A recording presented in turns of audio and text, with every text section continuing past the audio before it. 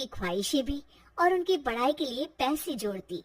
एक दिन जब शशि का बेटा 12वीं पास करके आता है, माँ, अब तुझे काम करने की जरूरत नहीं है, मैं अब कोई ना कोई नौकरी करके पढ़ाई भी साथ कर लिया करूंगा। शशि को लगता है कि बेटा और आगे पढ़ाई करे, लेकिन वक्त की मार के कारण वो बेटी को काम के लिए हाँ कर देती है। अब बेटा एक बैंक में चपरासी बन जाता है। लड़का देखने में तो बड़ा अच्छा है, अंग्रेजी भी पटर पटर बोलता है, फिर चपरासी क्यों? लड़का सारी बात मैनेजर को बता देता है। अच्छा, तो मैं तुझे एक मौका देता हूँ, तू यहाँ रहकर दूसरे डिपार्टमेंट का भी काम सीख। अगर तू किसी एक का भी काम अच्छे से सीख गया तो मैं तुझे यहाँ टेबल चेयर में बैठने वाली नौकरी दे दूंगा। लेकिन एक दिन शशि की ननद उसे फोन करती है। अरे भाभी, देखो मायका तो मेरा तुम लोगों से ही है। मैंने आपके बेटे और मेरे भतीजे प्रदीप के लिए यहाँ एक नौकरी देखी है, पूरे 5,000 मिलेंगे। वैसे करता ही क्या है, चपरासी ही तो है ना।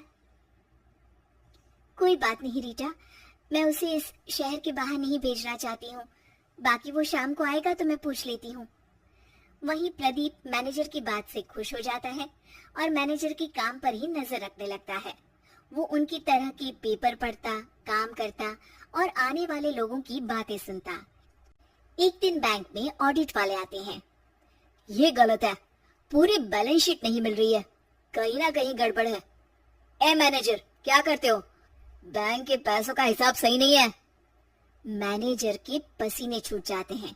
तभी प्रदीप वहां जाता है। अब क्या मैं ये बैलेंस शीट देख सकता हूँ? अरे बेटा, मजाक नहीं, जाओ पानी लेकर आओ एक गिलास। प्रदीप मैनेजर को पानी लाकर देता है और फिर ऑडिटर से कहता है, देखिए सर, मैं आपको बता सकता हूँ कि कैसे बैलेंस शीट को आप लोग गलत तरीके से जोड़ रहे हैं।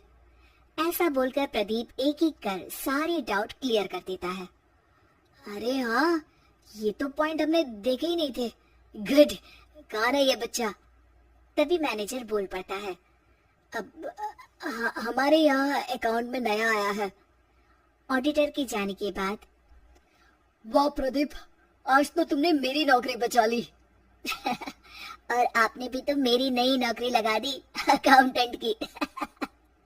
बस फिर क्या था, प्रदीप ने एक बार जो सफलता की सीढ़ी चढ़ी, बस चढ़ता ही चला जाता है। फिर एक दिन शशि की ननद, अरे भाभी कैसी हो? घर को तो बड़ा ही सुंदर चमका रखा है। अरे बेटी, कैसे आना हुआ? तू तो इस छोटे से घर में आना भी नहीं चाहती थी, कोई खास काम है क्या?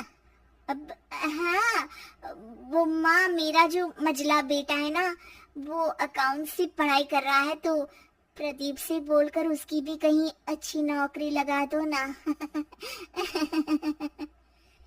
सास और शशि समझ जाते हैं कि कैसे पैसे आते ही लोगों के बात करने के तरीके से लेकर रिश्ते निभाने तक में बदलाव आ जाता है।